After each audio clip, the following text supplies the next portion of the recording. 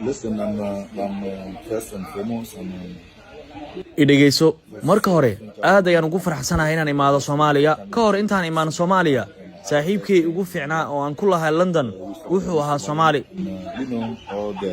negative talk about some country in Africa, especially Somalia, about what is happening. marka wax badan ayaan ka maqlay Soomaaliya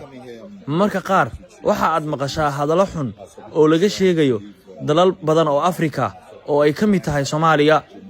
waxa ka dhacay iyo wixii uu dalkan soo maray laakiin markaan imid halkan si daacadnimo ah waxaan arkay dad dadaalaya oo dadaal ugu jira noloshooda inay horumariyaan waxayna ay rabaan in ay dalkooda ka dhigaan meel wanaagsan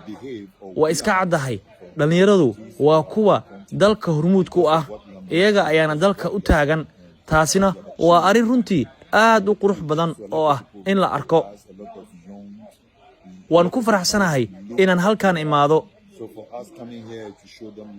haddii aad jeceshahay ama aadan jecleen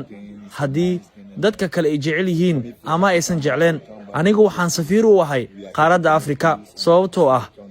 waayo waxaan soo maray waqtiyo adag waxa aan gaaray guulo dad badana wayna ixtiraamaan dhalinyaro badan ayaa nagu dayda taasi awgeed waxaan rabaa inaan u sheego jiilka cusub inaysan weligood quusan halkan waxaan u imid inaan muujiyo jacayl iyo mahadnaq wax walba waa wax cajiib ah sida noola soo dhaweeyay haddii la ii ogolaado mar kale waan soo laaban lahaa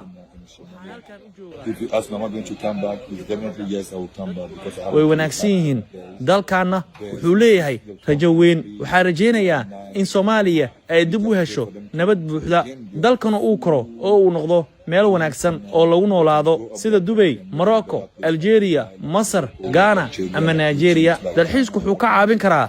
in dalku uu koro oo horumar weyn uu sameeyo ganacsigana sidoo kale